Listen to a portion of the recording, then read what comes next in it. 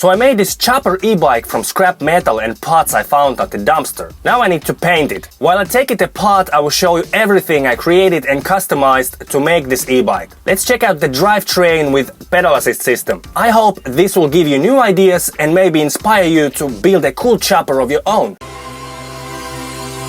After the frame was ready, it was time to mount the pedals.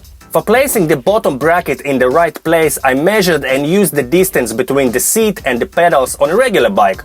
I chopped off a bottom bracket shell from an old bicycle and welded that to the frame. First I had a little problem with my feet hitting the front wheel while turning, but later that problem resolved itself when I made this custom front end which shifted the wheel forward about 4 inches. Now this is an electric bike, so I don't really need to change speeds. I just give it some gas when I ride up a hill. And luckily I found a chain set at the dumpster with only one sprocket. That was great since weight reduction is a big deal when making any electric vehicle. I would rather also have had just one sprocket at the rear wheel, but having a system with a derailleur is actually needed here. This chain is almost twice as long as it is on a regular bike, so it wobbles a lot. And also the lower side of the chain could not be straight because of this chainstay tube. So I really needed to somehow put tension on the chain. So I kept the rear speeds and the derailleur. Now the lower side of the chain needed a guide, so it would clear this tube. For that I used a plastic roller from some exercise gym equipment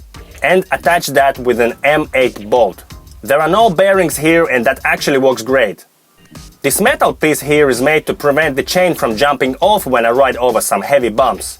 As you can see, the clearance between the tire and this chainstay tube is not much, so I had to be super precise making this guide system.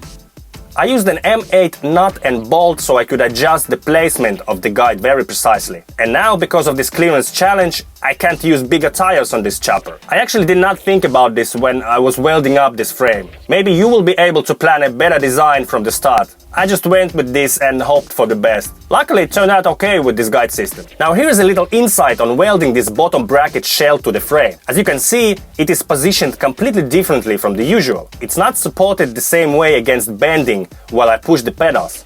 I used many days to think about whether this structure will hold up or will it twist the down tube and break those welds. I even thought about welding additional supports on the sides.